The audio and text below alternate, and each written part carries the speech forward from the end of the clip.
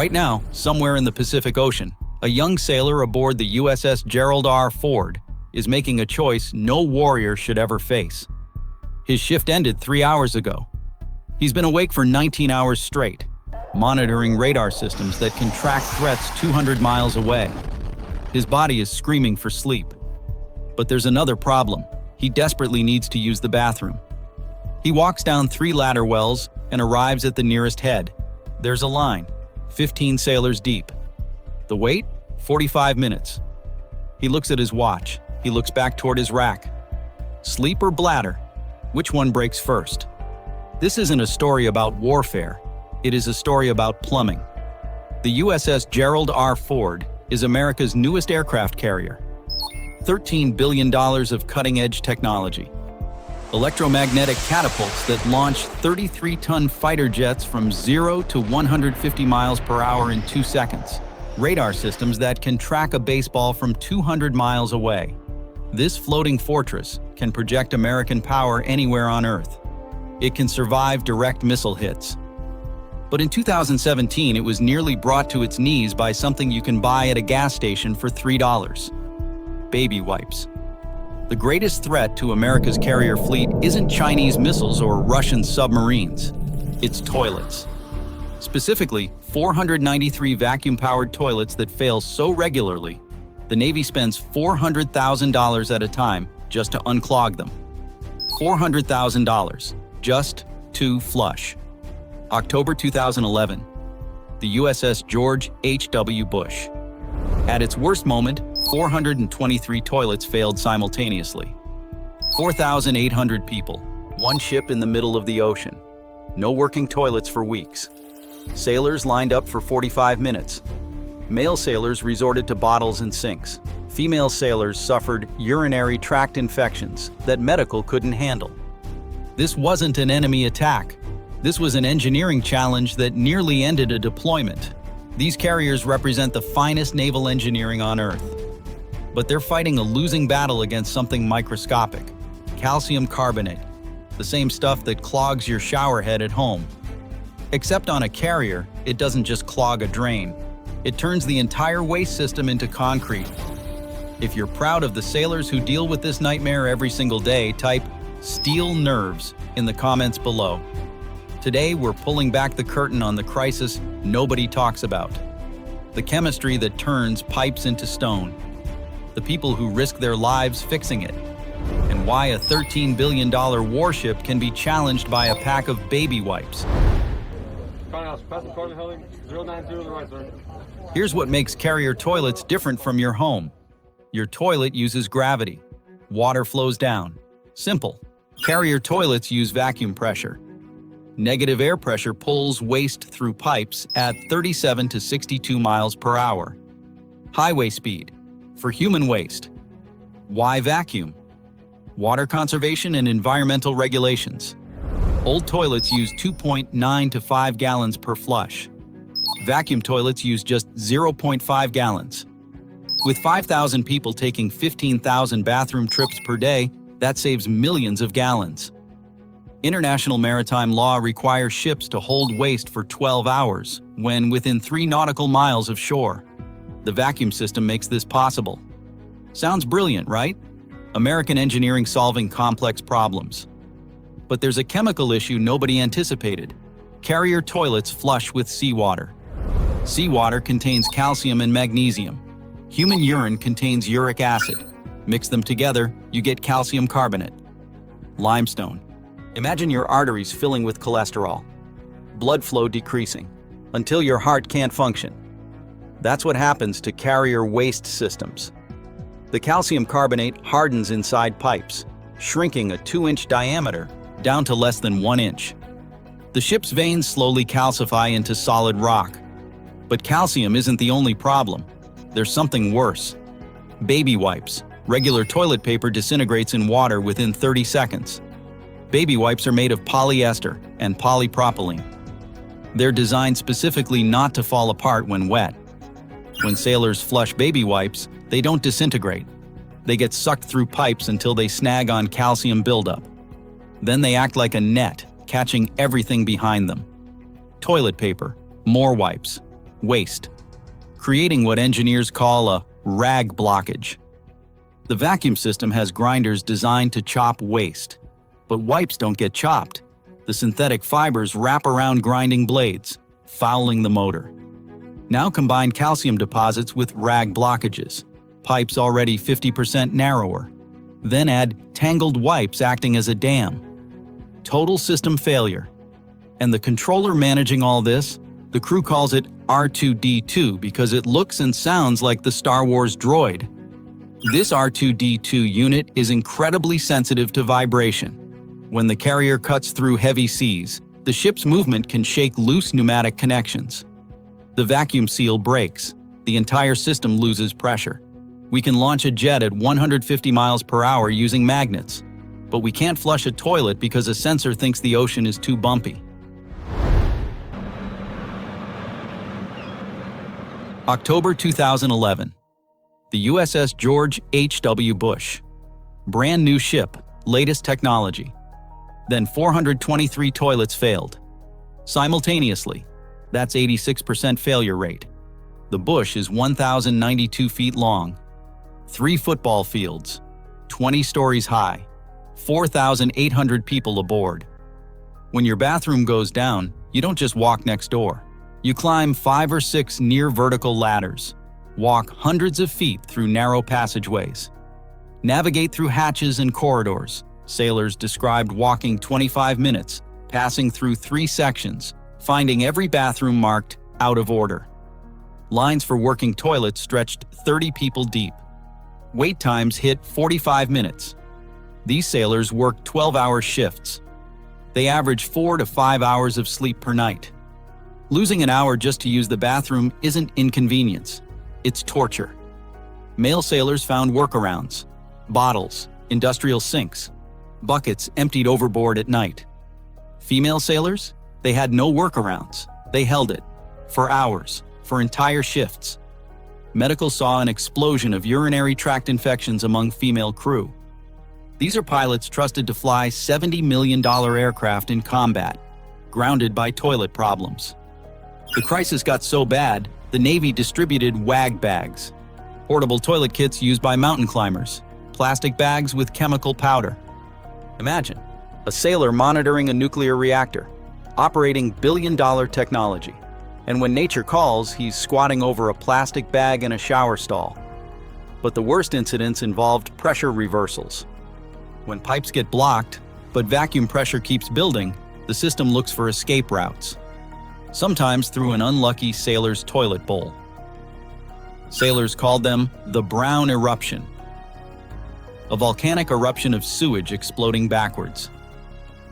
Coating bathrooms, sailors, everything. One hull technician described entering a berthing head to find the ceiling, walls, and 3 sailors covered in sewage. The pressure had blown the toilet seat off its hinges. This wasn't unique to the Bush. The entire Ford class uses the exact same system. Same narrow pipes, same sensitive controllers, same vulnerability. The USS Gerald R. Ford, the USS John F. Kennedy. Every one of these $13 billion ships fights the same battle.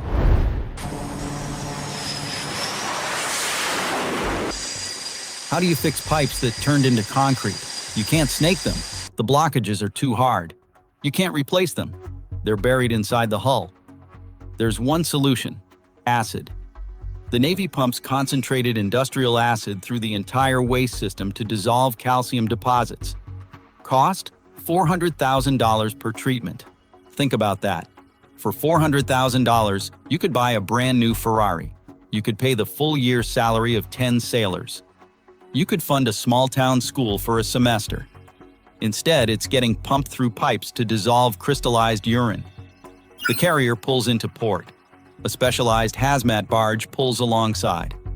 Contractors in protective gear pump thousands of gallons of acid solution into the system.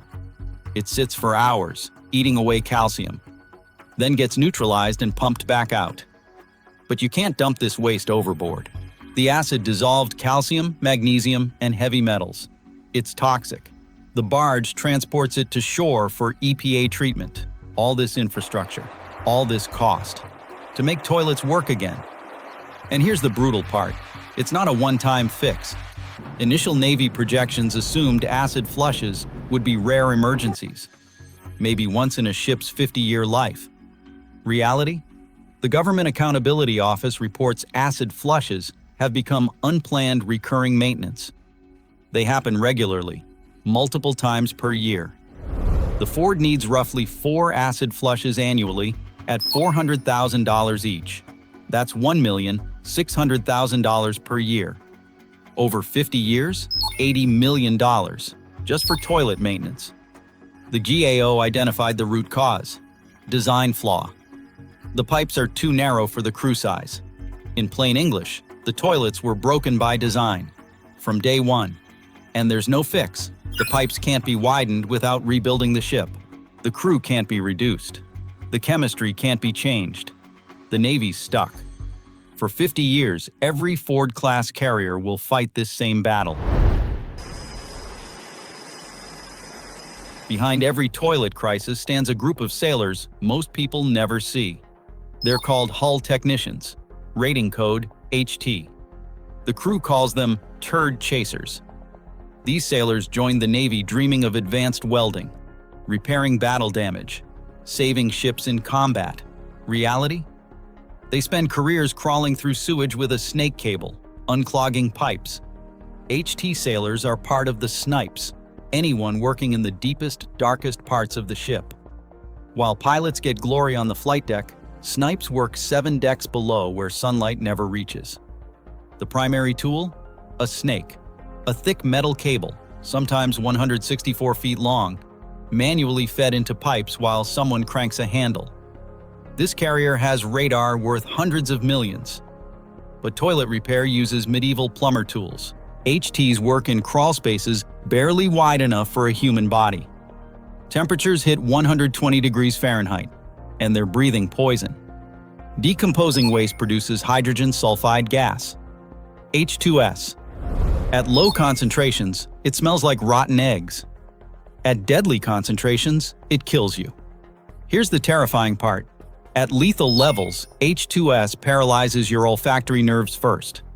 You stop smelling anything. You think the air cleared. You think you're safe. You're not. You're seconds from unconsciousness, minutes from death. HT sailors wear SCBA gear, the same breathing apparatus firefighters use, just to enter pump rooms. One HT described the procedure. Gear up like you're entering a toxic zone, because you are. Crawl into a space barely tall enough to crouch. Your headlamp shows pipes crusted with waste. If your breathing mask fails, if your glove tears, you're exposed to pathogens that hospitalize you for weeks. And if you pass out from H2S, your buddy has 30 seconds to drag you out before he has to leave you or die trying. The worst part? The social cost. The smell doesn't wash off. It permeates clothing, hair, skin. When HT sailors enter the mess for dinner, other sailors notice. They shift away. Tables fill up except the seats next to HT guys. One HT described sitting alone in the corner, watching pilots laugh at popular tables. He looked at his calloused hands, still raw from industrial soap, still smelling like chemicals and worse. You defend the ship, but the ship doesn't want to sit next to you, even if he just spent 12 hours preventing the ship from becoming uninhabitable. If you ever served on a carrier and dealt with a toilet crisis, or if you know what a wag bag is from experience, drop your story in the comments. We know you have one. But through all this, the HT community developed something remarkable. The strongest brotherhood on the ship. They're the only ones who understand. When an HT shares his last energy drink after a 16-hour shift spent in a waste tank, that gesture means more than any medal. Their unofficial patches say it all: crossed pipe wrench and plunger. The motto: we fix what you break. We don't fix mechanical failures. We fix human stupidity because they know. The system fails because of people. Baby wipes that shouldn't be flushed. And HT sailors fix it, without complaint, without recognition. Because if they don't, the entire ship fails. Sleep deprivation is standard on carriers. Sailors average 4 to 5 hours per night during deployments.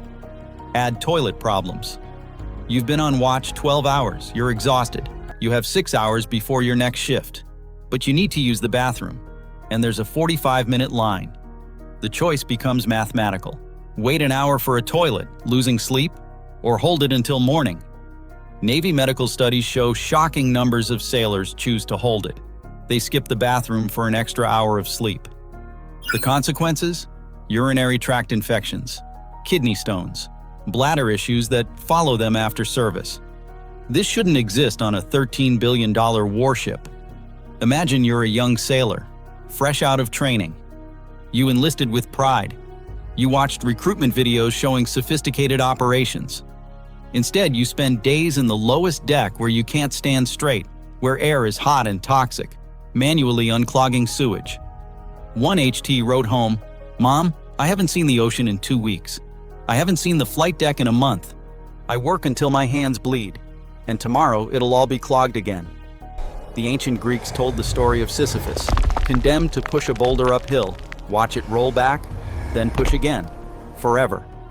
HT sailors live that myth. They unclog pipes, restore the system, work 16-hour shifts, and then someone flushes baby wipes.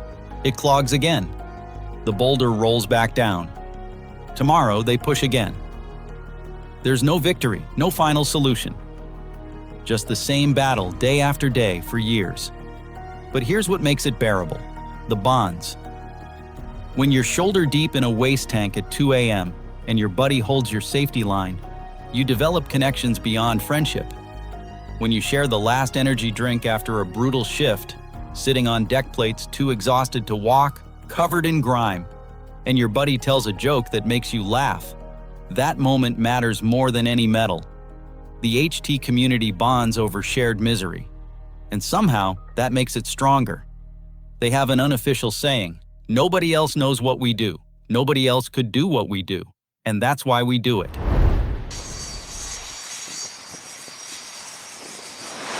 So here's the answer. How does a $13 billion aircraft carrier armed with 75 fighter jets get brought to its knees? By $3 baby wipes and the chemistry of seawater. By design flaws that can't be fixed without rebuilding from scratch. By the mathematics of 5,000 people sharing limited infrastructure in the ocean. This isn't about weak engineering. American naval technology remains the finest on Earth. This is about complex systems with unintended consequences. The vacuum waste system solved real problems: water conservation, environmental compliance. But in solving those problems, it created new ones that turned out worse. And the people bearing this burden aren't the engineers who designed it, not the admirals who approved it, not the politicians who funded it. They're the 19-year-old from Ohio who crawled through a bilge last night with a breathing mask and snake cable, unclogging a pipe that will clog again next week. They're the 22-year-old female pilot grounded because she developed a kidney infection from holding her bladder too long. They're the seasoned HT chief with 15 years who sits alone in the mess because nobody wants to sit next to someone who smells like the job they just did. These sailors won't be on the news. They won't get medals. Their names won't be remembered. But every time you see an aircraft carrier, remember this: those ships only float because people like the HT sailors are down in darkness, fighting battles nobody sees. The next time you hear about our $13 billion supercarriers, remember that somewhere on that ship, a sailor is choosing between sleep and bladder. Remember that another sailor is suited in hazmat gear, preparing to crawl into toxicity to fix a problem that will never stay fixed. The real strength of the American military isn't the technology. It's the people who make that technology work, even when the system is broken. They're not heroes because they fight enemies. They're heroes because they keep fighting even when they can't win. The boulder rolls down, the shift ends, and tomorrow they push it back up. Because that's the job. Because their shipmates depend on them. Because someone has to do it, and nobody else will. Hitting that like button does more than just help the channel. It forces the algorithm to push this story of silent sacrifice to millions of other Americans. Don't let their reality stay buried in the dark. We don't just cover the glory, we cover the reality. Thanks for watching. And next time you flush a baby wipe, Remember the HT sailor somewhere at sea who's going to pay the price.